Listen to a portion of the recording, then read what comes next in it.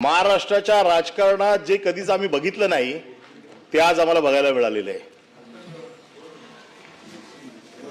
काही दिवसापूर्वी जी सातारा जिल्हा परिषदेची निवडणूक झाली, या निवडणुकीत सत्ताधारी मंत्र्यांना पोलिसांनी मारहाण केली। सत्ताधारी मंत्री पोलिसांचा मार खात आहेत। जर मंत्री मार खातो या महाराष्ट्रामध्ये, आम्ही मंत्री म्हणून बघत नाही, आम्ही सरकार म्हणून बघतोय। आणि सरकारचं कर्तव्य काय असतं? सर्वसाधारण नागरिकाला संरक्षण देणं।